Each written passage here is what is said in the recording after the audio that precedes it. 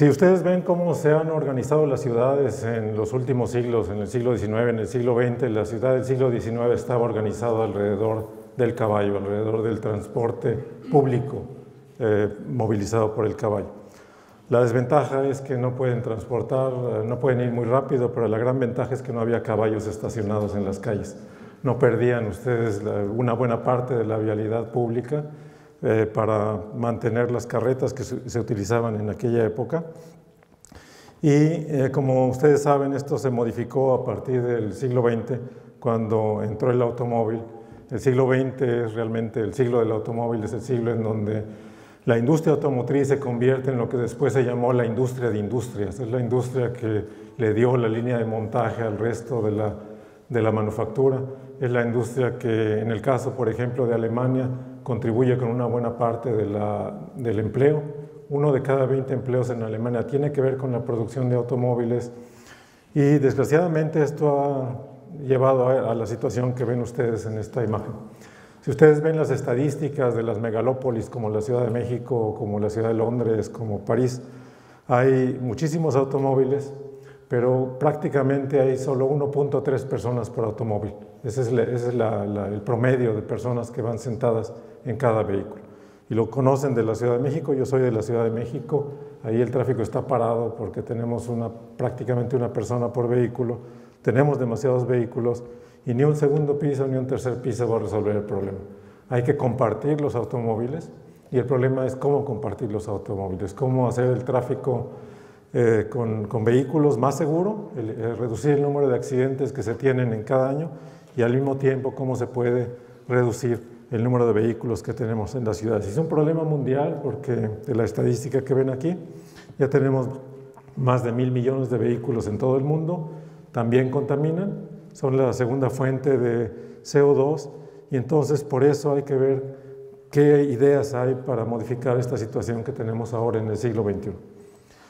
Esta estadística que no tienen que leer en detalle, pero que se las quería mostrar porque muestra por dónde puede ir la solución de este tipo de problemas, es una estadística de Manhattan, que ven del lado izquierdo, ahí ven el mapa de Manhattan, y ahí se hizo lo siguiente. Si ustedes toman los datos de todos los pasajeros que abordaron taxis en Manhattan, los taxis en Manhattan tienen GPS, por eso se puede almacenar la información y se puede saber dónde estuvieron, se puede saber dónde tomaron pasajeros y dónde los dejaron salir. Utilizando esas bases de datos y haciendo una simulación en donde no toman un solo pasajero por taxi, sino toman, por ejemplo, 2 pasajeros por taxi. Si cuando recogen a un pasajero, el taxi se desvía para aceptar un segundo cliente que va más o menos en la misma dirección, que no implica un desvío muy grande del taxi, de esa manera pueden llevar cada taxi con 2 personas. Si hacen la simulación en la computadora con datos reales, con datos obtenidos de esas unidades de GPS de los taxis, lo que obtienen es este tipo de curvas, que lo que dicen fundamentalmente es que si ustedes utilizan 2 personas o dejan entrar 2 personas, es la gráfica de la izquierda en la parte inferior, donde dice K igual a 2. K igual a 2 son los 2 pasajeros por taxi. Si aceptan 2 pasajeros por taxi, reducen el número de viajes de los taxis hasta el 60%. Se puede movilizar, es decir, el resultado de esta simulación es que ustedes pueden movilizar al mismo número de pasajeros con el 60% de los taxis que se tienen actualmente en Nueva York. Es decir, se puede ahorrar simplemente por esa pequeña modificación, se puede ahorrar el 40% de los taxis. Ahora imagínense que esto sucediera a nivel de toda la ciudad, que sucediera a nivel de todos los vehículos que tenemos en la Ciudad de México, que le tenemos en Londres, en otros lados, en donde en vez de tener 1.3 personas por vehículo, pudiéramos tener 2 o 3 personas. Además, lo que muestra también la simulación es que se pierde tiempo, efectivamente.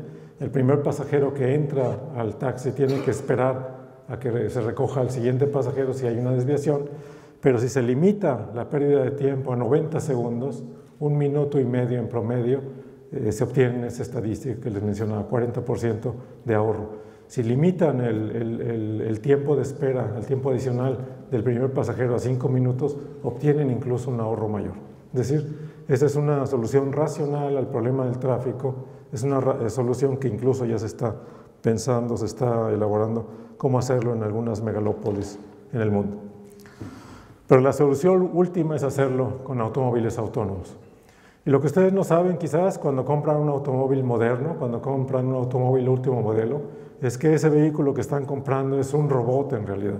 Es un vehículo que tiene ya una gran cantidad de electrónica, una gran cantidad de componentes y de actuadores electrónicos que le permiten al vehículo tomar decisiones independientemente del chofer. Uno de los aspectos, uno de los ejemplos más ilustrativos de este problema son los derrapes en la carretera. Si ustedes van en la carretera y el auto empieza a derraparse, la velocidad en las 4 ruedas ya no es la velocidad que requiere un vehículo para moverse en un círculo. Eso lo puede analizar una computadora en tiempo real. Y si la computadora determina que la velocidad de las ruedas no es la adecuada para tomar un círculo, si ya se está derrapando el vehículo, empieza a frenar las ruedas de manera óptima, empieza a frenar las 4 ruedas en una combinación óptima, de tal manera que el vehículo retoma la curva de la carretera. Si están dando la curva de tal manera que como se ve a la derecha, están haciendo lo que se llama oversteering en inglés, están usando la dirección, también se hace lo mismo, se puede controlar al vehículo frenando de manera óptima. Entonces, ustedes ya no van solos en el vehículo, ya siempre llevan un copiloto, llevan a la electrónica de copiloto que está tratando de evitar que hagan un error. Hay vehículos que ya frenan solos cuando van a baja velocidad y van a golpear al vehículo de enfrente, viendo los datos del radar o viendo los datos de un láser, de un sensor láser, se puede incluso detener al vehículo para que no ocurra el accidente. Ya vamos con un copiloto y por eso lo que tenemos actualmente es esta evolución que ven en estas tres gráficas. Lo que teníamos ayer era el chofer, la persona que está manejando el vehículo en el centro.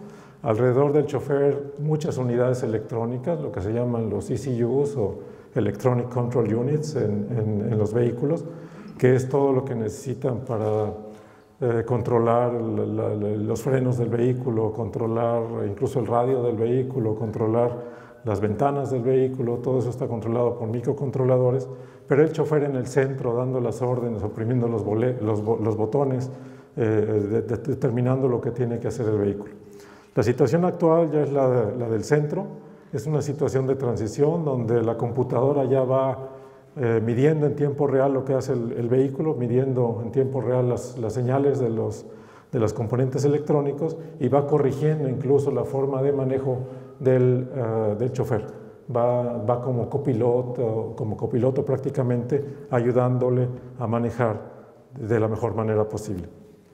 Y lo que vamos a tener ya en pocos años realmente es otra situación en donde la computadora está en el centro, la computadora puede tomar control del vehículo, puede manejar en la carretera, puede manejar en las ciudades, en donde el chofer de antaño se convierte en pasajero. Y al convertirse en pasajero se libera porque puede leer, puede dormir, puede ver su celular, puede hacer lo que quiera, no tiene que estar ocupándose del vehículo. Mucha gente me dice que eso no sería deseable. En Alemania, que a la gente le gustan mucho los automóviles, hay gente que dice, es que a mí me gusta manejar. Y yo siempre les digo, vayan a la Ciudad de México y se les quitan las ganas de manejar. Lo primero que hace una persona cuando tiene dinero, no solamente en México, sino en Europa, lo primero que hace una gente cuando tiene dinero es contratar a un chofer, porque no quiere estar perdiendo el tiempo en el tráfico. Esa es la realidad. Lo que queremos es el chofer para todos, el chofer que no cuesta, el chofer que está integrado en el automóvil, el chofer que nos puede llevar a cualquier parte de la ciudad de manera automática. Es un sueño muy antiguo. Esta imagen es de 1918 del Scientific American y aquí lo que ustedes pueden ver es a los pasajeros simplemente sentados en el vehículo, nadie va manejando, van leyendo, van observando el panorama. El que va enfrente está apretando el botón de salida del vehículo para que empiece a moverse y es una visión del futuro realmente espectacular por la fecha, 1918. En aquella época no había computadoras, no había láseres, no había cámaras de video, no había ningún circuito de control que ustedes tengan actualmente en un vehículo, no había nada de lo que se necesita realmente para tener vehículos autónomos. Pero la visión ya estaba ahí, el sueño ya estaba ahí, la idea ya estaba ahí, de tener vehículos que se mueven por sí solos, de tener vehículos que se comportan como taxis. Y esa es la definición que yo le doy siempre a la prensa cuando me preguntan, bueno, ¿qué es un vehículo autónomo? ¿Cómo define usted un vehículo autónomo? Y yo siempre les digo, es un taxi, es un vehículo en donde yo me subo, me lleva a mi destino, cuando llego a mi destino se va, me desentiendo, no lo tengo que estacionar, no lo tengo que lavar, no lo tengo que reparar, no tengo que ocuparme del vehículo, es un taxi y por eso eventualmente la propiedad privada, por así decirlo, los autos privados van a desaparecer porque lo que vamos a utilizar son flotillas de taxis, vehículos manejados por computadora. Este video lo producimos en la Universidad de Berlín para mostrar la idea, para explicar de qué se trata. Y aquí se trata de ver una persona que va saliendo de un hotel, es uno de nuestros estudiantes, va saliendo del hotel, tiene que ir a una parte de la ciudad y con su celular o tableta puede llamar a un vehículo. El vehículo sería el vehículo más cercano, como en la simulación que les mostré de la ciudad de Nueva York, donde tienen los taxis circulando, sería el vehículo más cercano que tengan ustedes cerca del lugar donde se encuentran. Y ese vehículo se pone en movimiento, los va a recoger. En este caso están viendo el vehículo arrancando de uno de los estacionamientos de la ciudad de Berlín, de la Universidad de Berlín. El pasajero puede ver dónde va el vehículo, cuánto tiempo tarda todavía para que llegue, pero además, y esa es la idea, no se trata de recoger un solo pasajero, se trata de recoger a ese pasajero, al pasajero que esté esperando una cuadra más adelante, al pasajero que está en el camino también con el mismo trayecto, para tener 3, 4, 5 pasajeros en el vehículo y poder mover a toda la ciudad con una fracción de los vehículos que tenemos actualmente. Nosotros hemos hecho simulaciones con el plano de Berlín, también con datos realistas de lo que se puede hacer en esa ciudad y hemos determinado que se puede reducir el número de vehículos que tiene Berlín a menos de la cuarta parte de los vehículos que hay actualmente, que son 1.3 millones, sin pérdida de movilidad. Incluso la gente llega más rápido a su destino, desaparecen los embotellamientos y desaparecen los autos estacionados en las calles. Se recupera el espacio urbano para los peatones, para los ciclistas, para la gente que quiere utilizar ese espacio.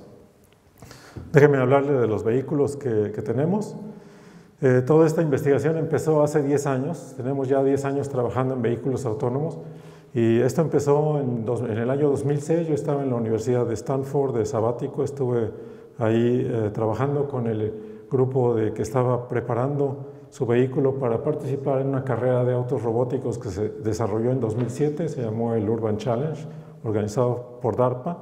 El equipo de Stanford es el equipo que después se convirtió en la gente que está desarrollando el Google Car, el automóvil de la compañía Google. Muchas veces me pregunta la prensa cuál es la diferencia del auto que ustedes tienen con el auto de Google. Y yo les digo, es lo mismo. Empezamos en el mismo edificio, empezamos al mismo tiempo, empezamos hace 10 años. Es lo mismo, pero más barato, porque no tenemos el dinero de Google. Después de Stanford nos fuimos a Houston, estuvimos en la Universidad de Rice en 2007, el primer semestre de 2007.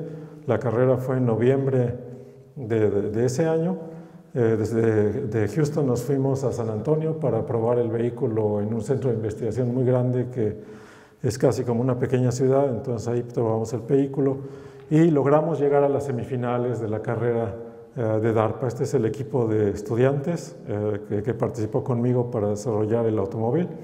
Aquí pueden ver que todos los sensores están todavía afuera del vehículo, están en el techo del vehículo, en la parte frontal. Son estudiantes de licenciatura, maestría y doctorado. En nuestros proyectos en Berlín incluimos estudiantes de cualquier nivel, no hacemos distinción en el grado académico o en el semestre en que se encuentran los estudiantes. Se trata, yo siempre les digo que es una escuela de pueblo porque están todos los diferentes semestres en el mismo proyecto, en el mismo salón de clases aprendiendo a hacer algo, en este caso un automóvil que se maneja solo. La forma de programar estos vehículos, el paradigma que utilizamos para la programación es lo que se llama detectar, o sea, detectar con los sensores, planear con la computadora y después actuar. Es decir, la computadora envía los diferentes mensajes que se necesitan a las diferentes partes del vehículo para acelerar, para frenar, para mover la dirección, para hacer lo correcto en cada situación de tráfico. En la parte derecha, en la parte superior derecha, pueden ver las computadoras que teníamos en nuestro vehículo. Llenaban prácticamente toda la parte trasera del vehículo. Teníamos servidores de centro de cómputo, teníamos mucha electrónica, teníamos baterías adicionales, incluso teníamos que enfriar toda la electrónica porque era muchísima, y teníamos componentes adicionales, por ejemplo, en este caso para frenar. El motor que ven ahí es un motor para frenar, y esa es la cadena que hay que seguir, de los sensores que ven en el lado izquierdo hacia la computadora que hace la planeación, y hacia los actores, que son los que ya actúan sobre el vehículo y lo hacen moverse de la manera adecuada. Después de esa competencia en California, se cerró en California en 2007, en noviembre, nosotros logramos llegar hasta semifinales con el auto más barato de toda la competencia. Era un auto en el que invertimos $150,000 nada más. La Universidad de Carnegie Mellon, que fue la que ganó la competencia, invirtió $4 millones, así que en cuanto a costo-beneficio creo que salimos muy bien en esa competencia. Regresamos a Berlín en 2008 para seguir trabajando con esto, y este es el siguiente vehículo que elaboramos, lo llamamos Made in Germany. Es un Volkswagen Passat, que ya tiene, como les decía, es un vehículo robótico en el sentido de que tiene todas las interfaces necesarias para que la computadora pueda dar los comandos de aceleración, de freno, de dirección. Y aquí tenemos incluso más sensores que en el vehículo que acaban de ver, pero los sensores ya no los ven. Los sensores están integrados en la carrocería del vehículo. Pueden ver en la parte frontal, en la parte trasera, ven ustedes unos círculos y unos rectángulos. Estos son los sensores. Ya están integrados, ya están escondidos en la carrocería del vehículo. El único sensor que no podemos esconder es el láser rotatorio que tiene en la parte superior. Ese estamos viendo cómo integrarlo en la carrocería del vehículo, pero por lo pronto ahí lo tenemos. Los sensores que tenemos en este vehículo son de muchos tipos. Este es un laboratorio en movimiento. Yo siempre le digo a los que me preguntan, no se necesitan tantos sensores para navegar de manera autónoma, pero aquí lo que queremos es probar diferentes combinaciones. Entonces tenemos prácticamente todo lo que ofrece el mercado de sensores para probarlo, para ver cuál es la mejor combinación, para lograr el mejor comportamiento del vehículo. Tenemos radares, como cualquier vehículo moderno, pero tenemos radares en la parte frontal, en la parte trasera y hacia los lados. Tenemos escáneres de láser que nos sirven para medir la distancia a obstáculos. Funcionan de la misma manera exactamente que un radar, pero utilizan luz infrarroja. Tenemos cámaras de video, 5 cámaras de video detrás del parabrisas y 4 cámaras de video alrededor del vehículo, o sea, 9 cámaras en total. Tenemos el láser rotatorio que viene en la parte superior. Ese es un láser de 64 haces que está girando y está midiendo la distancia a todos los objetos con un radio de 70 metros de alcance. Y tenemos odometría, es decir, podemos ir viendo a qué velocidad va el vehículo independientemente de la electrónica del vehículo mismo. Y eso nos permite tener una cobertura múltiple, una cobertura de 360 grados, pero varias veces 360 grados. Tenemos el círculo que ven aquí, que es el láser rotatorio de 64 haces. Con eso podemos ver alrededor del vehículo, atrás, adelante, los carriles contiguos para ver qué es lo que está sucediendo. Tenemos los conos azules y verdes que ven ahí, son todos los radares que tenemos. Los conos verdes son los radares de larga distancia, nos sirven para ver en dónde se encuentran los vehículos en la carretera o en las esquinas, en las intersecciones. Los conos azules son para vigilar los radares, carriles contiguos para saber si se puede rebasar o no se puede rebasar.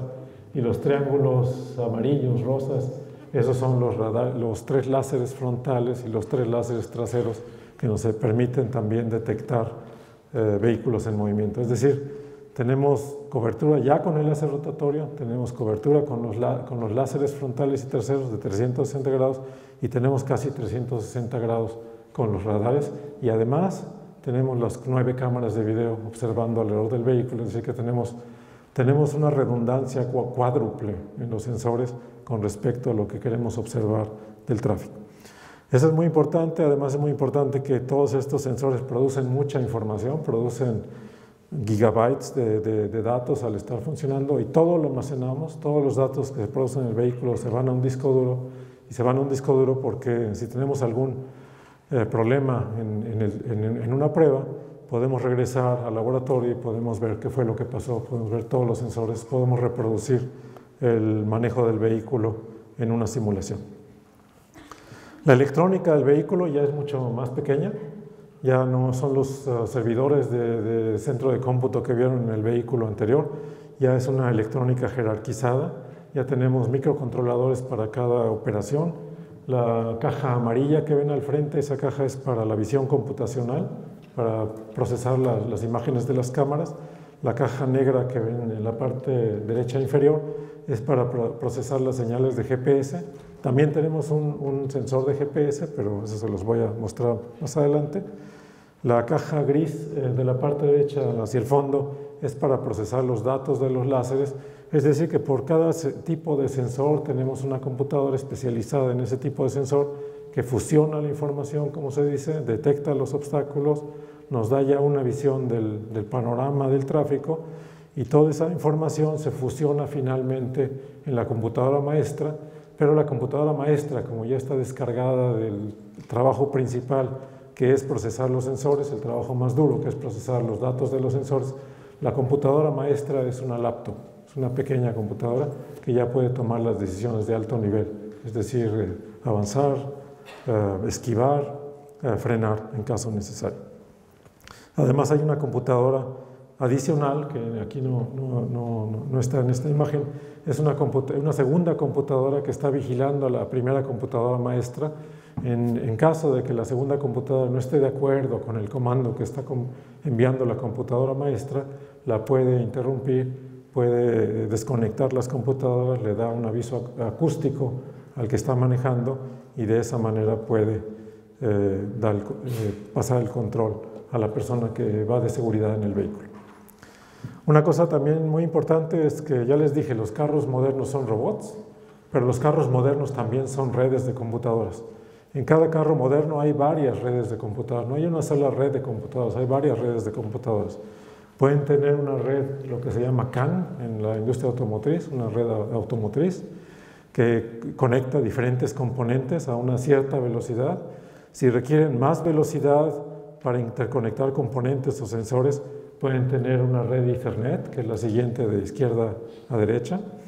Si requieren ponerle una estampilla de salida, el tiempo de salida a la unidad para que estén sincronizadas, para que no haya ninguna duda acerca del tiempo en que se produjo un dato de un sensor en el momento en que se va a procesar, pueden utilizar la tercera red, que es la red FlexRay, en donde todos los datos llevan esa estampilla de salida con el tiempo en que se produjeron, y además pueden tener una cuarta red más lenta, una red que conecta aquellas componentes del vehículo que no son esenciales, que se activen de manera instantánea, como por ejemplo los limpiadores del vehículo, las luces del vehículo. Ahí basta con una red de poca velocidad.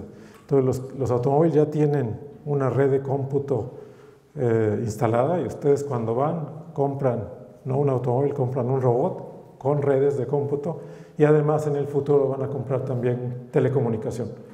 Esto va a entrar incluso antes que los automóviles autónomos, es la telecomunicación, lo que se llama auto-a-auto o car-to-car, o auto-a-infraestructura, car-to-infrastructure.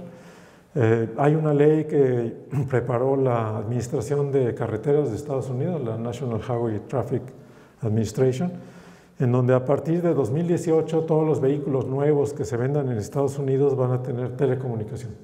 Van a estar en comunicación un vehículo con el otro, le van a decir, voy a decir con mi vehículo dónde estoy, cuál es mi posición relativa con respecto al otro vehículo. Si hay, por ejemplo, un accidente adelante en la carretera a 500 metros, a 1 kilómetro, el vehículo que estuvo en el accidente, o por lo menos tuvo que dar un frenón total manda una señal hacia atrás a todos los vehículos que siguen, avisando que hubo una disminución súbita de la velocidad en la carretera, y entonces ya los conductores que siguen atrás pueden ir con más cuidado. Pero además, ya pensándolo hacia el final, no solamente la telecomunicación, no solamente va a ser más fácil coordinarse entre humanos, entre conductores, va a ser más fácil coordinarse con computadoras. Y como decía, la ley está ya siendo examinada por el Congreso en Estados Unidos. Si se aprueba en 2017, a partir de 2018 entrará en vigor y ya todos los vehículos van a tener telecomunicación. Y muchas veces me preguntan, ¿y cuándo va a llegar a México? Va a llegar al mismo tiempo, porque los vehículos que se utilizan en Estados Unidos son los vehículos que producen en México. Ya no existe el vehículo chino, el vehículo mexicano, el vehículo alemán. Ya la industria automotriz es mundial y cualquier innovación que se realice en algún país se difunde automáticamente al resto de los países. Así que como producto internacional, esta tecnología va a llegar a México más o menos al mismo tiempo en la que va a llegar a Estados Unidos. Entonces, telecomunicación va a ser una parte muy importante del futuro de la industria automotriz, y eso va a ser más fácil programar vehículos autónomos. Ahora, respecto a sensores, ya lo vieron en la imagen. Déjenme mostrarles un poco más de cerca cada uno de los sensores que tenemos. El posicionamiento vía GPS funciona, como ustedes saben, con satélites. Hay 24 satélites que están dándole la vuelta al mundo. Esos satélites están mandando paquetes hacia la Tierra, le ponen el tiempo de salida. El satélite lleva un reloj atómico muy preciso, le pone la señal de salida. Cuando el paquete de telecomunicación llega a mi computadora, a mi unidad de GPS, con la diferencia en el tiempo en el que salió y en el tiempo en el que llegó, yo puedo calcular la distancia al satélite, sé a cuántos kilómetros se encuentra sobre la Tierra. La trayectoria de los satélites es conocida, es muy constante, se maneja por la computadora, y teniendo la distancia no a un satélite, sino a 3 o 4 o más satélites, se puede triangular la información y puede encontrar mi posición sobre la Tierra. Esas unidades, la unidad que nosotros tenemos en el vehículo es además mucho más cara que lo que ustedes tienen en un celular o en un sistema de navegación, porque tenemos una unidad inercial. La unidad inercial son acelerómetros y giroscopios que tienen como función puentear los datos cuando se pierde la señal de GPS. La señal de GPS se pierde cuando entran a un edificio, cuando entran a un estacionamiento, cuando entran a un túnel. Ahí se pierde la señal de GPS, no hay línea directa hacia los satélites, por eso hay que puentearlo. Se requieren sensores muy precisos, que son estas unidades inerciales. Son muy caras, son incluso de grado militar. Antes no se permitía exportarlas de Estados Unidos porque se podían utilizar en cuestiones militares. Ahora ya se permite que se exporten, y una unidad de ese tipo es la que tenemos instalada en el vehículo para darnos la precisión que necesitamos para manejar, que es mucho mayor, como les decía, de lo que proporciona un celular o un sistema de navegación. Además de eso, hay toda una red de corrección del sistema GPS en Alemania. Esta es la red de corrección que se llama GPS diferencial. La señal GPS puede ser afectada por condiciones atmosféricas, por tormentas, por nubes, por reflexiones, incluso por ecos que se producen en algunos momentos en la atmósfera. Y la misión de esas unidades terrestres es la de estar monitoreando la señal de los satélites y producir una corrección de la señal que se manda por radio a los vehículos que anden en la vecindad de la estación terrestre. Como ustedes ven, las estaciones terrestres cubren prácticamente toda Alemania, de tal manera que cuando voy avanzando en una carretera en Alemania puedo ir cambiando de estación terrestre, y la precisión que se obtiene de esta manera es mejor a 1 metro de incertidumbre. Es decir, si el vehículo tiene 2 metros de ancho, yo tengo un error de solo 1 metro con respecto a la posición que tiene mi vehículo hacia los lados, hacia adelante, es decir, una posición muy exacta. Y cuando entro en un túnel, cuando pierdo la señal de GPS en una ciudad con edificios muy altos, donde no hay línea directa a los satélites, la unidad inercial me ayuda a mantener la precisión para poder conducir. Esa red de corrección no existe en México y ese fue uno de los problemas que tuvimos cuando vinimos el año pasado a México y les voy a mencionar cómo manejamos ese problema. Antes de poder manejar en una ciudad de manera autónoma se requiere tener un mapa de la ciudad.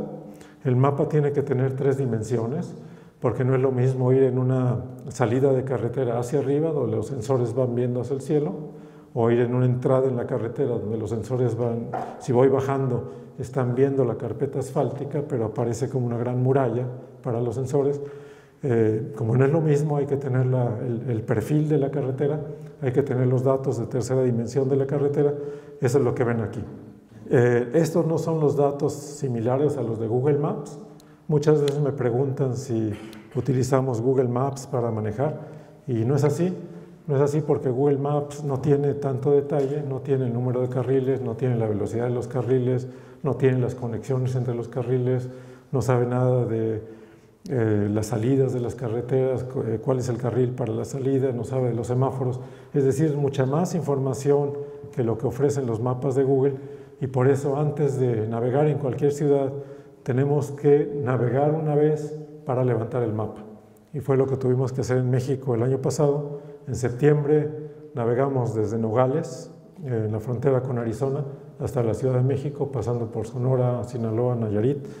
Y la primera pasada en septiembre fue para levantar el mapa de la carretera. Después regresamos.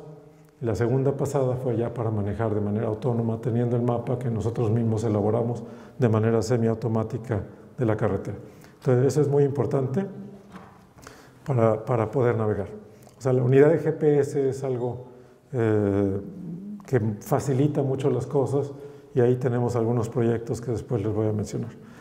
Ahora, el láser es una unidad que tiene la estructura que ven aquí. El láser es simplemente un láser que está apuntado hacia arriba. Hay un espejo que está girando, como lo ven en la animación. Al ir girando el espejo deflecta al láser.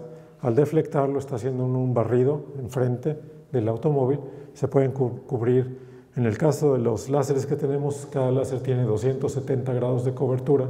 Utilizamos 180 grados de manera efectiva por cada láser, pero al tener varios láseres tenemos ya la cobertura de 360 grados. Esa luz infrarroja son pulsos, es un pulso de luz que va y al llegar a un obstáculo regresa tan rápido que todavía el espejo está en la posición indicada para regresar el pulso de luz hacia el sensor y de acuerdo al tiempo de vuelo, que son nanosegundos o microsegundos, de acuerdo al tiempo de vuelo se determina la distancia a los obstáculos y se puede seguir manejando. Esto que ven aquí es el alcance de los láseres. Este es el láser frontal, los 3 láseres frontales y los 3 traseros.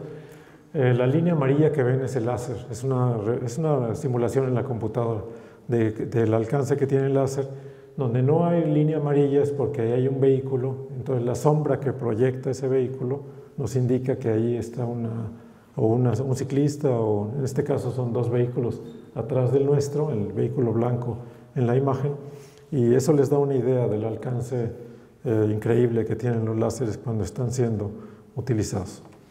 Y aparte tenemos el láser rotatorio, se los había mencionado, es un láser que tiene, o más bien son 64 láseres, que están siendo enfocados por la óptica que pueden ver en la parte izquierda en esta imagen.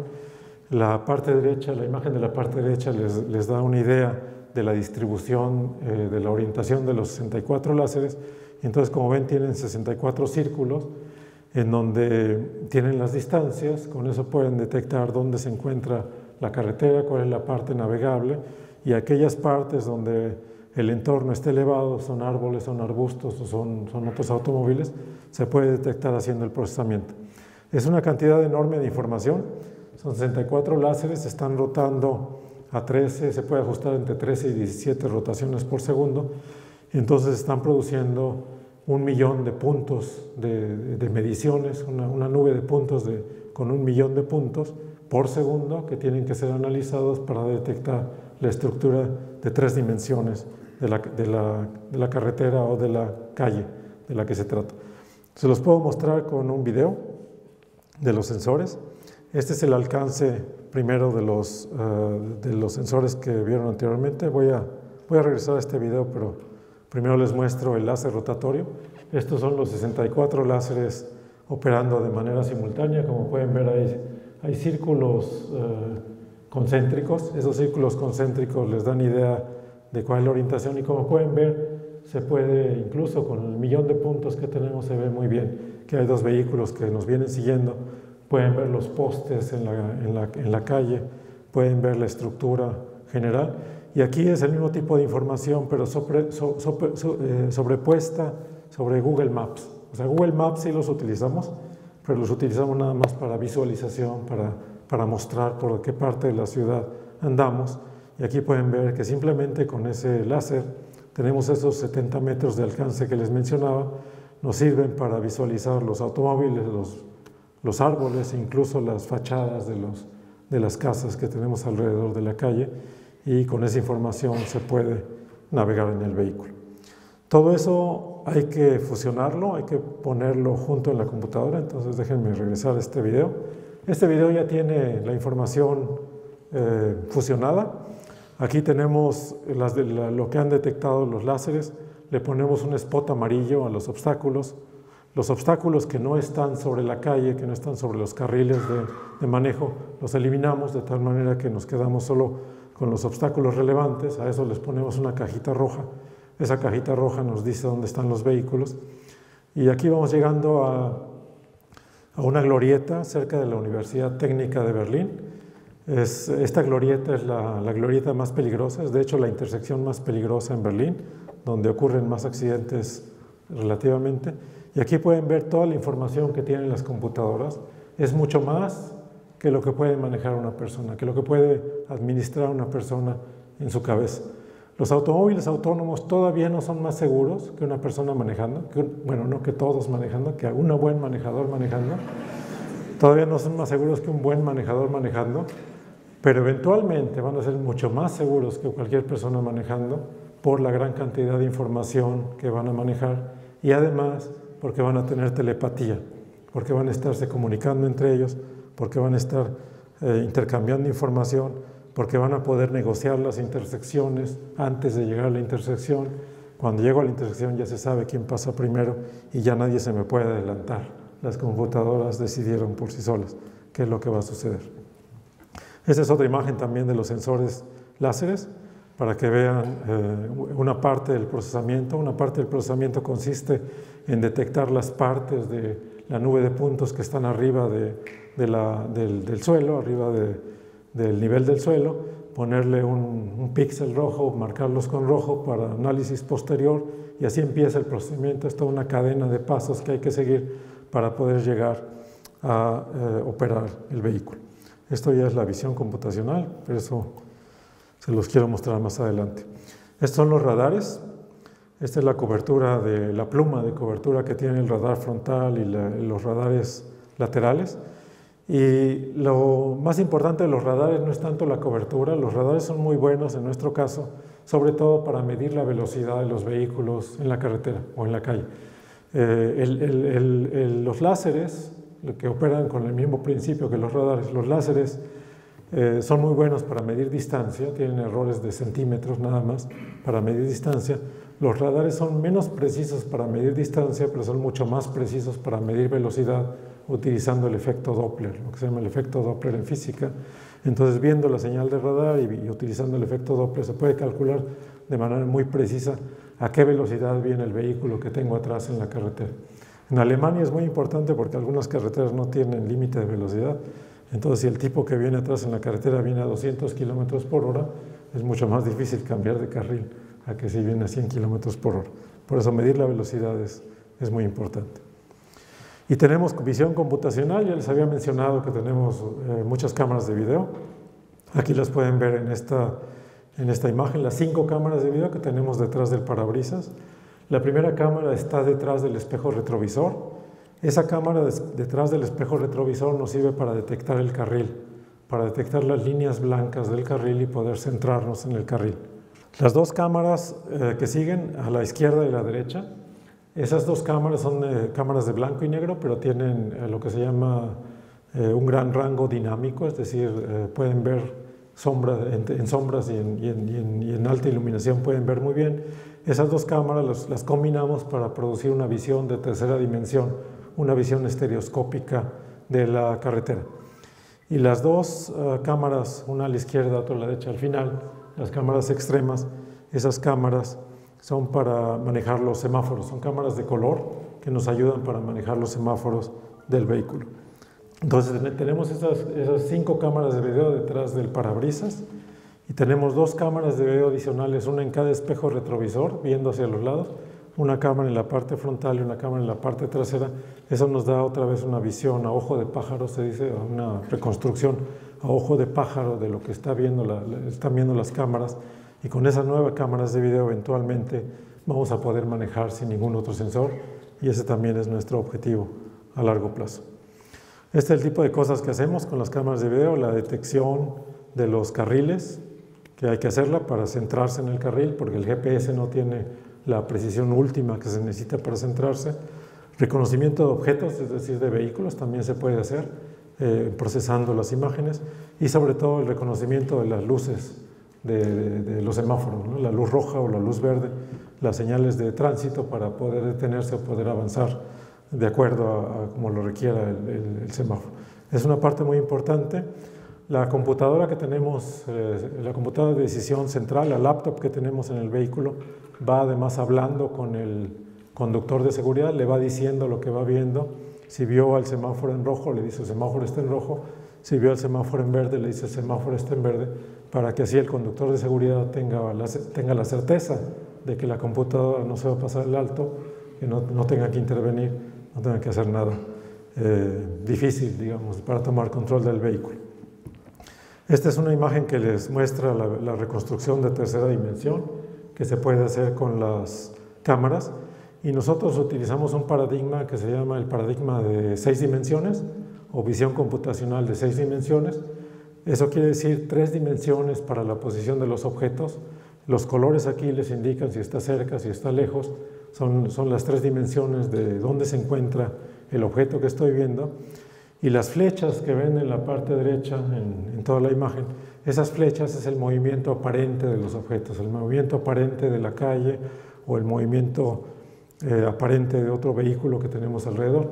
Eso es lo que se llama el flujo óptico en visión computacional, y tiene 3 dimensiones. La flecha de flujo óptico tiene 3 dimensiones, la flecha de posición tiene 3 dimensiones, son 6 dimensiones del flujo óptico, pero con eso tienen mayor seguridad al reconocer, por ejemplo, un peatón. Un peatón se reconoce no solamente por la posición, por el tamaño del objeto, sino además por el movimiento, de la velocidad, incluso el movimiento diferencial de las piernas al cruzar la calle. Eso es lo que llamamos visión de 6 dimensiones y es lo que tenemos en nuestro sistema. Cuando empezamos con todo esto, empezamos en un aeropuerto que está cerrado en la Universidad de Berlín. No teníamos obviamente la licencia de conducir en Berlín, entonces empezamos desarrollando todo en este aeropuerto. Tenemos un control remoto, no solamente un control remoto, tenemos 3 controles remotos. Y tenemos 3 controles remotos porque si falla un control remoto, el segundo control remoto se puede utilizar, y si falla el segundo control remoto, con el tercer control remoto ya matamos el motor. Ese va directo al motor y lo mata, no pasa ni siquiera por la electrónica, para que así se detenga el vehículo, frene en el momento y se pueda tomar control. Eso en el caso de que el vehículo no vaya tripulado. En la ciudad no está permitido mandar vehículos no tripulados en ninguna parte del mundo. Tampoco los vehículos de Google van sin una persona dentro, siempre van con una tripulación. En aeropuertos sí se pueden mandar vehículos sin tripulación, y por eso las medidas de seguridad para poder detener el vehículo en caso necesario. En ese aeropuerto tuvimos que pasar el examen de manejo. Yo saqué mi licencia cuando tenía 16 años en la Ciudad de México y creo que ni siquiera fui al examen de manejo. Pero entonces esta fue mi penitencia. Tuvimos que sacar el examen, la licencia de manejo del vehículo, y nos tardamos 18 meses en sacar la licencia de manejo. Y nos tardamos 18 meses porque los inspectores de tránsito venían una vez al mes y examinaban el vehículo y veían si detectábamos peatones, veían si detectábamos señales de tránsito, veían si podíamos aplicar las reglas de la carretera, de la calle, En Alemania el que llega por la derecha es el que puede pasar primero en una intersección sin semáforo. Y todo ese tipo de reglas, las reglas de tránsito, fueron las que estuvieron midiendo durante 18 meses, nos dejaban tarea cuando no estaban satisfechos, nos hicieron hacer pruebas escalofriantes, como acelerar a máxima velocidad a 120 kilómetros por hora y darle el volantazo en el vehículo y ver si la computadora lo impedía, y lo impidió afortunadamente. Entonces hicimos todo tipo de pruebas de manejo, 18 meses como les decía, pero al final de cuentas nos dieron la licencia de manejo y ya con esa licencia de manejo podemos andar por todos lados en Berlín. Entonces déjenme mostrarles unos videos, primero de la visión computacional. Esto es lo que les mencionaba anteriormente, es el flujo óptico. Aquí incluso lo que ustedes ven es un sensor que está descalibrado, es una cámara que está descalibrada en el sentido de que alguien la rotó y la misma cámara, examinando el flujo óptico, el movimiento externo del mundo, se calibra y encuentra dónde está el horizonte. Esa línea verde que ven ahora ya bien ubicada, ese es el horizonte de la cámara de video que se había perdido al haber rotado la cámara.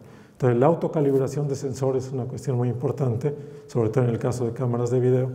Y aquí lo que ven, aquí la estudiante no creyó que se iba a detener, entonces por eso fue muy cautelosa en su experimento, pero es el tipo de pruebas de manejo que tuvimos que hacer. Aquí, por ejemplo, el vehículo se detiene porque es una intersección, el ciclista es el primero que debe pasar de acuerdo a las reglas de tráfico, después el automóvil, después el otro ciclista, y el vehículo está esperando a que salga el último que tiene prioridad en la intersección para poder seguir avanzando.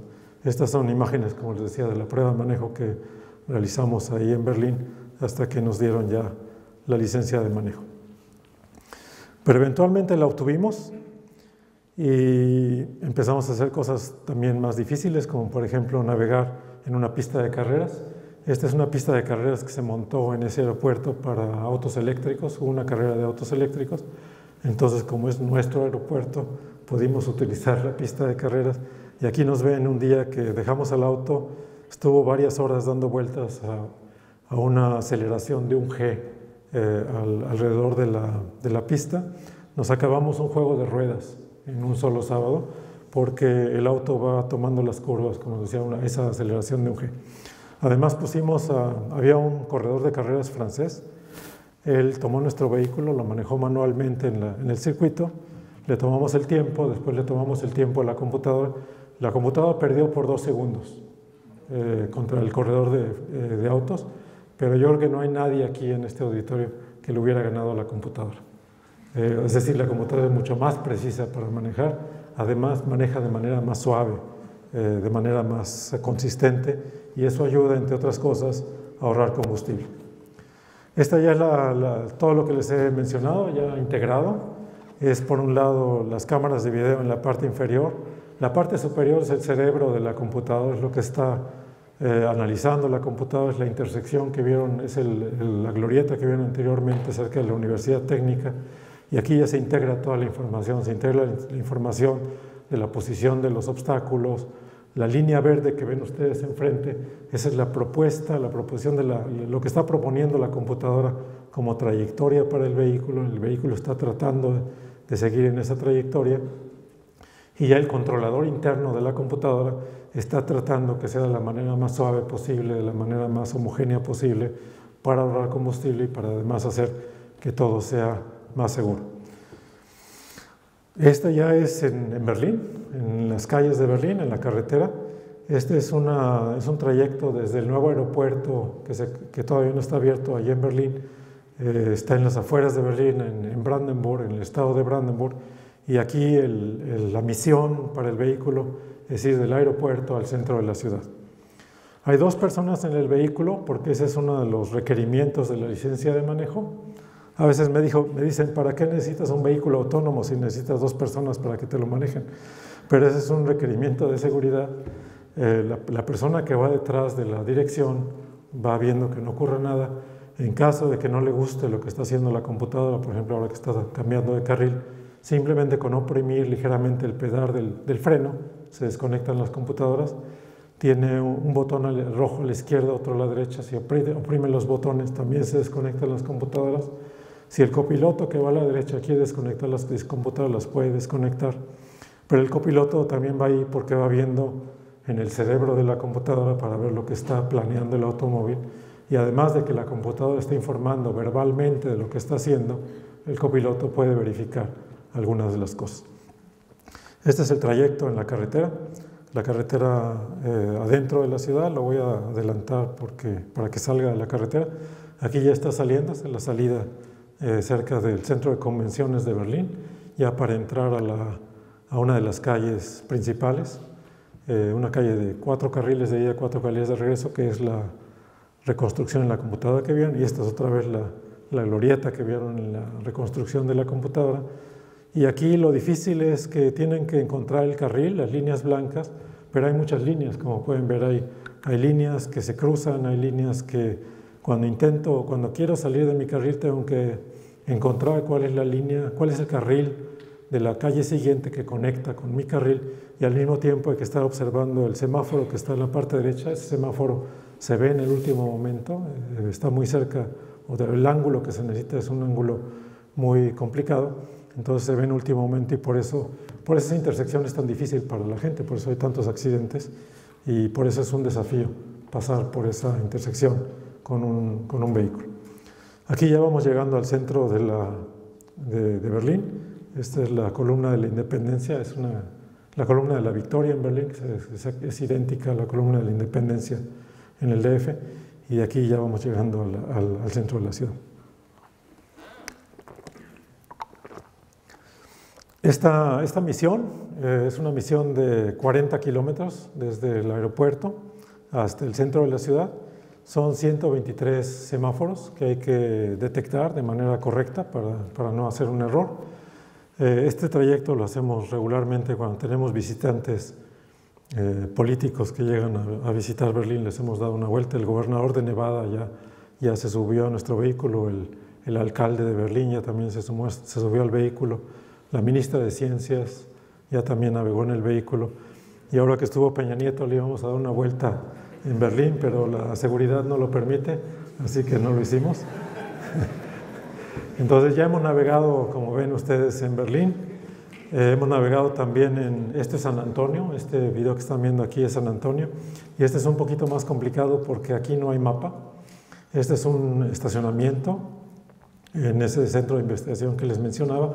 Aquí la misión consiste en entrar al estacionamiento y encontrar la salida del estacionamiento.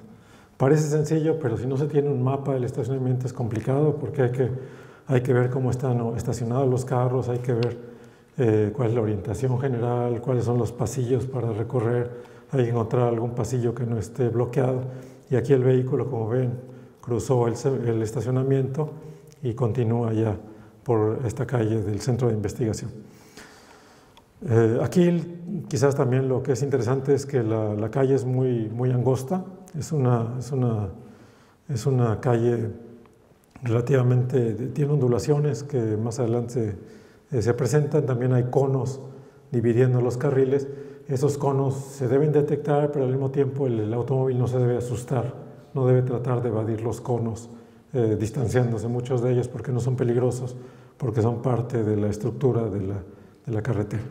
Entonces el vehículo ya ha estado en operación, tanto en Alemania, en Estados Unidos, en San Antonio, Texas y Nevada, en Suiza, también hemos estado navegando en la ciudad de Zúrich, y en México.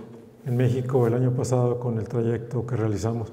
Aquí pueden ver una intersección, ahí las reglas de tránsito son distintas, ahí el primero que llega es el primero que sale, entonces aquí tenemos que cambiar la regla de tráfico para que la computadora aplique la regla de Estados Unidos y no la de Alemania al manejar. Este es en la carretera, en San Antonio, también con el vehículo.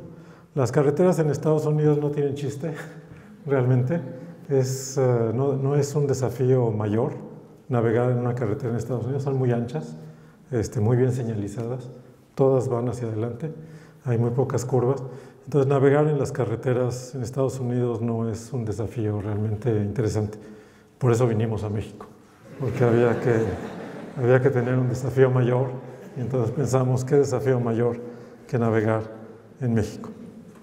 Entonces estos son ya los videos de México, pero antes de enseñarles los videos de lo que hicimos el año pasado, déjenme explicarles un poco del control, porque eso va a jugar un papel importante en lo que van a ver en los videos.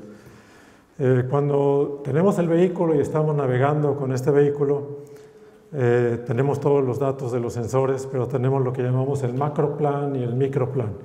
El macroplan es lo que queremos hacer en última instancia en la ciudad.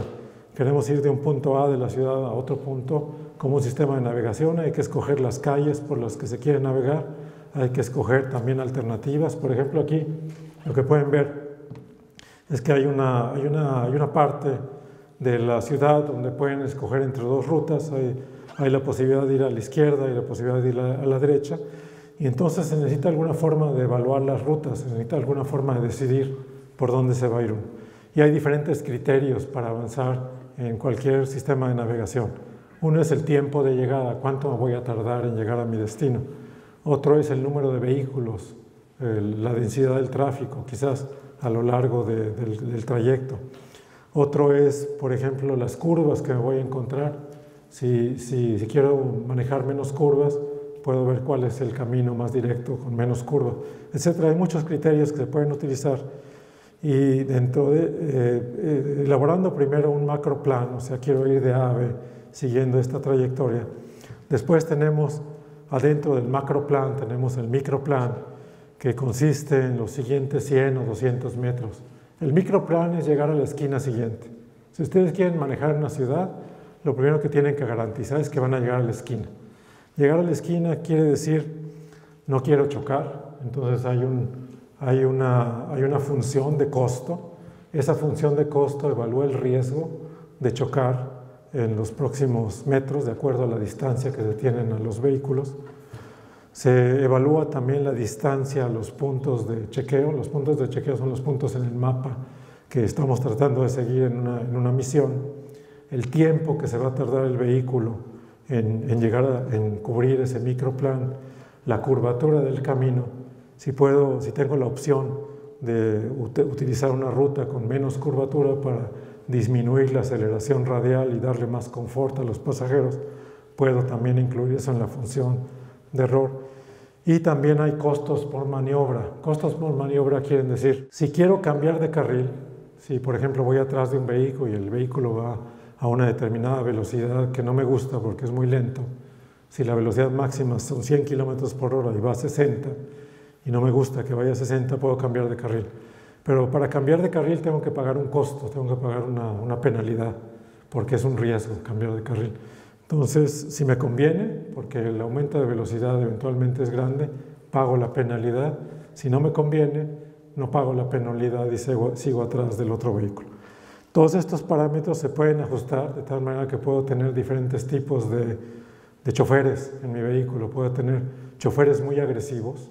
Si ustedes bajan el costo del cambio de carril, el auto va a ir como en slalom en la ciudad, tratando de minimizar el tiempo de llegada y va rebasando a todo el mundo. Si ponen un costo muy alto de maniobra para cambiar de carril, va a ir manejando como viejito, ¿no? Va a ir manejando atrás del vehículo que tiene sin intentar cambiar de carril. Entonces ustedes pueden ajustar el comportamiento del vehículo de una situación o de una forma de manejo muy agresiva a una forma muy conservadora. Y eso lo van a ver en los videos. Siempre tratamos de hacer una planeación óptima de la trayectoria, teniendo en cuenta los peligros, teniendo en cuenta los costos, teniendo en cuenta las maniobras que hay que realizar y teniendo en cuenta todo el entorno alrededor del vehículo. Aquí lo que ven es una reconstrucción en la computadora. Les decía que todo lo almacenamos en la computadora.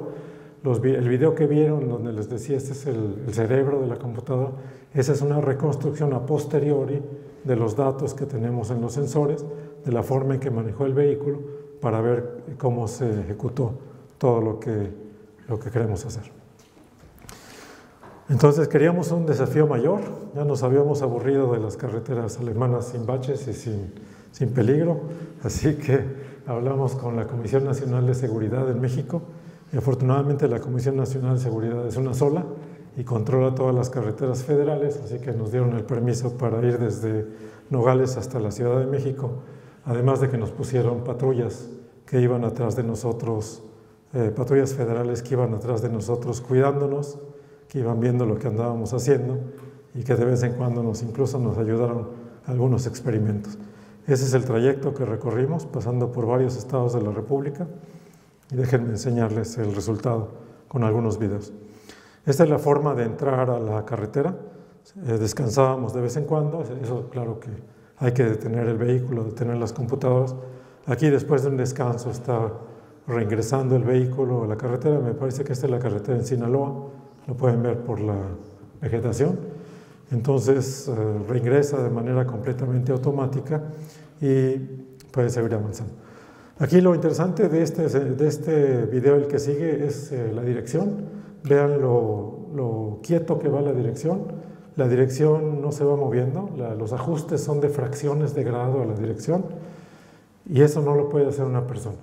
O sea, manejar de manera tan suave un vehículo es algo que no logran ni aunque lo intenten hacer en la carretera, porque el vehículo puede mirar muchos metros hacia adelante cuál es la estructura de la carretera, cuál es el mapa de la carretera y ajusta la posición de la dirección de manera óptima. Aquí lo ven a 120 kilómetros por hora y la dirección del vehículo prácticamente no se modifica. Cuando hicimos la carrera robótica en California, cuando hicimos la carretera robótica en California en el año 2007, nuestro vehículo todavía era muy robótico y si se metían de pasajeros al vehículo se podían marear. Entonces por eso yo le dije a mis estudiantes, tenemos que lograr que si el pasajero va en el vehículo y cierra los ojos, no sepa si va manejando una persona o va manejando la computadora. Ahora ya sabemos que va manejando la computadora porque no hay manera de que una persona maneje de manera tan suave. Simple y sencillamente. No acelera, la computadora no acelera intempestivamente, acelera de manera óptima y eso les puede ahorrar hasta 10% del combustible. Esto es Hermosillo, saliendo de Hermosillo, había que cruzar parte de Hermosillo. Y este es uno de los oficios que no va a desaparecer con los autos autónomos, porque las cámaras de video están detrás del parabrisas, entonces lo único que no recibieron estos amigos fue una propina, porque no veníamos preparados para dar propinas, o el conductor de seguridad no venía preparado para dar propina. En los videos que van a ver siempre hay un conductor de seguridad, siempre hay alguien detrás de la dirección. Esta es Mazatlán. Esa es la costera de Mazatlán. Esa fue una de las condiciones para tener el vehículo, que siempre estas dos personas vayan adelante. Y la segunda condición fue tener una segunda computadora que va checando. La tercera condición fue asegurar el vehículo con una aseguradora. El vehículo está asegurado por 100 millones de euros contra accidentes. Y la prima de seguro es más cara que lo que cuesta el vehículo. O sea, la prima de un año es más cara de lo que cuesta el Volkswagen Passat cuando compran un seguro de ese tamaño. Y afortunadamente en los 10 años que llevamos operando no hemos tenido un solo accidente, así que la compañía de seguros ha ganado un montón de dinero. Este es Navojoa. Aquí ven otro problema que hay. Aquí no hay líneas, no hay carriles. Entonces, como no hay carriles, el auto hace la mejor aproximación que puede y aquí calculó que debe haber 2 carriles. Los autos que vienen atrás tienen otra opinión, como ustedes ven. Entonces, pero es lo mejor que pueden hacer, no tienen marcas de carriles, entran en una situación como esta, pues entonces hay que hacer el mejor esfuerzo. La carretera también tiene entronques, hay que entroncar siempre de manera automática, entonces aquí estamos entroncando con una carretera y aquí hay que evadir a 2 vehículos, hay que evadir a este camión de carga y el auto que lleva la cámara de video va muy despacio, por eso decide rebasarlo y ya, continúa. Eso no recuerdo en qué parte de la carretera fue. Un problema en Sonora es que hay muchas partes en construcción de la carretera, están haciendo la carretera de concreto, entonces hay unos 10 zonas en construcción. Cuando hay una zona en construcción hay que reconocer que se acabe el mapa, empieza una zona en construcción, está señalizada y entonces hay que continuar, en este caso siguiendo simplemente las marcas, siguiendo el carril, el nuevo carril. Aquí hay un nuevo carril que fue definido para la zona en construcción, hay que ir siguiendo el carril.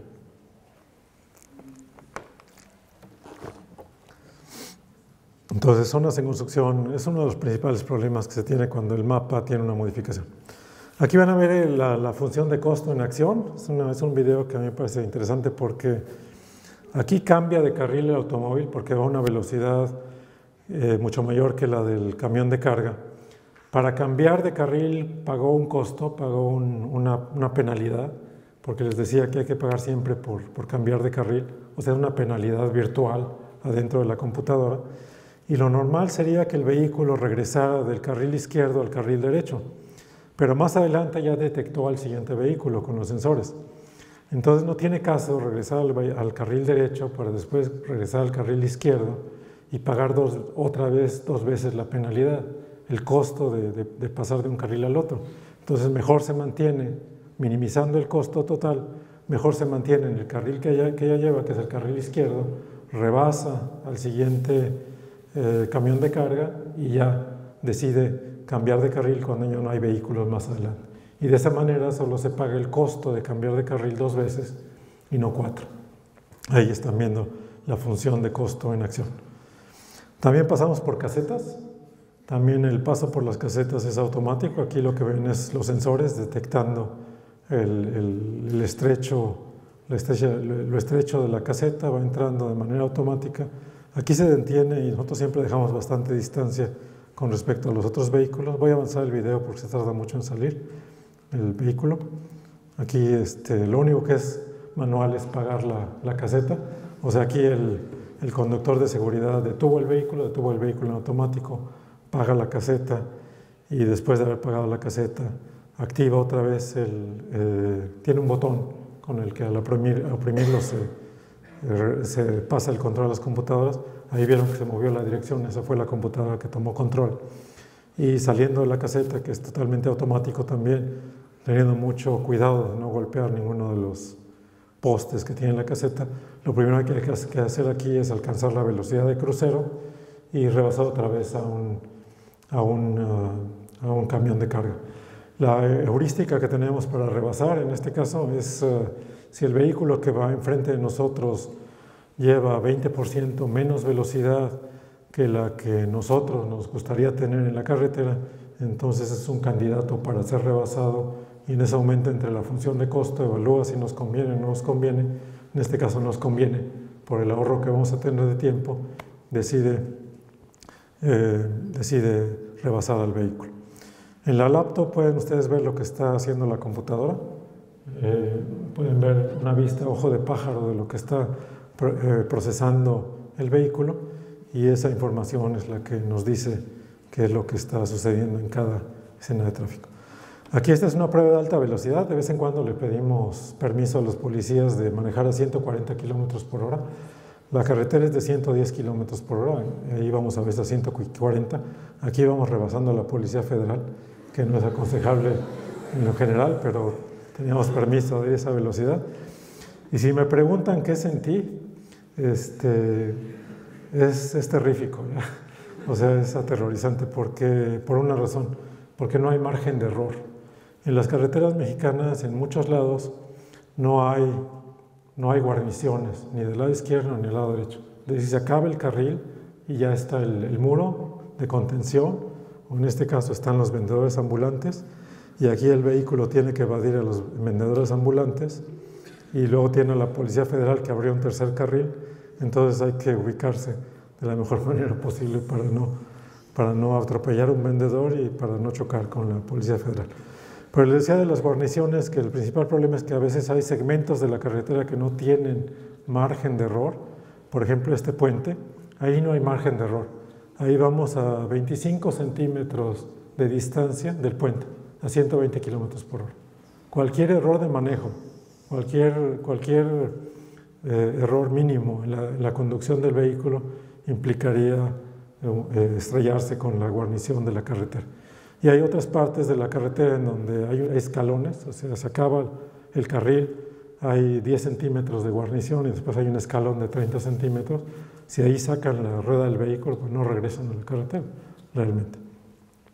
Esto es Michoacán, es una parte bastante sencilla de la carretera, es la parte quizás más sencilla de todo el trayecto porque es una carretera muy cara y nadie la usa, entonces está bastante vacía. Es atravesando Michoacán y es por el lago de Cuitzeo, en donde se puede ver cómo íbamos bastante abandonados en la carretera navegando para llegar a la Ciudad de México. Pasamos por el Estado de México, llegamos a la Ciudad de México. Esta es la entrada por Santa Fe, por la zona norte de la Ciudad de México. Lo que ven a la derecha es la televisión del Canal 11 del Politécnico, que nos viene deslumbrando a las computadoras, bueno, a las cámaras de video con sus reflectores. Afortunadamente tenemos tantos sensores que eso no nos detiene. Y aquí nos vienen, llegamos de noche a la Ciudad de México y después hicimos algunas pruebas de manejo en la ciudad. Este video realmente es de 2012, estuvimos en 2012 también, pero nada más en la Ciudad de México y nada más haciendo pequeños trayectos. Y aquí viene un problema que tuvimos en México y es que vamos a la velocidad máxima, pero somos los únicos. Entonces, llega un momento en donde no quiere uno ser el que va obstruyendo el tráfico, el que puede incluso provocar un accidente. Y de hecho lo que tuvimos que hacer ahora con el trayecto también en la carretera fue que utilizábamos la velocidad máxima de tráfico y le agregábamos 10 o 20%. Y esa era la velocidad más o menos que tenían el resto de los conductores para ir al parejo de los demás automóviles en la carretera. Este es el Paseo de la Reforma. Esta es una prueba que hicimos también en 2012, pero aquí lo que les quiero mostrar es la glorieta. Este es el Ángel de la Independencia. Y aquí pueden ver uno de los problemas que hay en México, y es que tienen los carriles bien pintados y después desaparecen los carriles. Y sálvese el que pueda. El auto que ven ustedes, el auto rojo a la derecha, va a cambiar completamente de la derecha hasta la izquierda, sin ponerla direccional. Bueno, al final sí la puso, pero de todas maneras en esa situación hay que orientarse, y eso es lo que llamamos navegación en enjambre, manejar teniendo en cuenta la distancia de los otros vehículos, aún en el caso de que no se tengan las marcas del carril. Aquí pueden ver también otra vez el vehículo manejando cerca de un autobús. El autobús va invadiendo casi el carril. Pasamos también a 20 centímetros del auto, pero no se inmuta, y eso es lo que hay que hacer. Y también en el Zócalo anduvimos manejando hace 3 años. De hecho, subimos a Marcelo Ebrard, que todavía no andaba en el extranjero, todavía era gobernante, y le dimos una pequeña vuelta en el centro de la ciudad. Y aquí pueden ver todo lo que nos encontramos en el Zócalo. Ahí sí es un desafío mayor porque hay manifestaciones sobre soldados, hay todo tipo de taxistas, como van a ver, hay también gente en silla de ruedas. Todas son las dificultades del tránsito que tienen que salvar para poder navegar de manera autónoma en una ciudad. Entonces déjenme ya empezar a terminar con esta plática. Ya les mostré los videos de lo que hicimos en México. Fueron 2.400 kilómetros autónomos, y claro que tenemos nuevos proyectos, seguimos trabajando, y esta es nuestra visión hacia el futuro. Nuestra visión hacia el futuro es que eventualmente vamos a poder reducir toda la electrónica que tenemos actualmente en el vehículo a este tamaño, a 2 tarjetas de computadora. La tarjeta que está abajo de la tarjeta superior, esa tarjeta está corriendo el sistema operativo Linux, es el sistema operativo que utilizamos. La tarjeta superior es la tarjeta que está operando las cámaras de video, y lo que quisiéramos es utilizar simplemente cámaras de video, eliminar los láseres que son muy caros. Los radares los podemos dejar porque también son muy baratos, y con una combinación de radares, cámaras de video y una electrónica muy compacta, una electrónica como la que están viendo, navegar de manera autónoma. Y eso ya lo estamos haciendo como experimentalmente en Berlín. Estamos navegando utilizando ya no GPS, sino utilizando la estructura de la ciudad. Esto que ven aquí son los árboles alrededor de nuestro edificio en la Universidad Libre de Berlín. Y entonces tenemos un mapa de árboles, tenemos un catastro de árboles de la ciudad de Berlín. Y utilizando ese catastro de árboles se puede con las cámaras de video reconocer los troncos de los árboles y comparando con el mapa se puede encontrar la posición del vehículo, incluso de manera más precisa que con un sistema GPS. Haciendo el procesamiento que tenemos ahora, que implica reconocer como les decía, los troncos, reconocer la posición, hacer estadística, tenemos un error de posicionamiento de unos 5 centímetros para ubicar el vehículo. Entonces seguimos trabajando. Esto es algo que va a tardar todavía muchos años en ocurrir en las ciudades. Siempre me preguntan cuándo va a ocurrir en la carretera o cuál es la primera etapa de introducción. La primera etapa de introducción es la carretera. La industria automotriz ya está preparando el autopiloto para la carretera, que mantiene el carril, mantiene la distancia y rebasa en caso necesario. Pero no opera en la ciudad, o no se debe operar en la ciudad por cuestiones legales, porque el conductor o la persona que ya no es conductor, que va simplemente sentada detrás de la dirección, sigue siendo responsable del vehículo. En caso de accidente, a pesar de que no vaya manejando, responde por cualquier accidente que ocurra. Entonces es algo que obviamente al consumidor no le va a agradar. Entonces van a pasar todavía muchos años, muchos millones de kilómetros de experiencia hasta que se tenga confianza en las computadoras, se tenga confianza en la programación, para entonces sí darle el volante a la computadora y pasar a operar los vehículos de manera autónoma.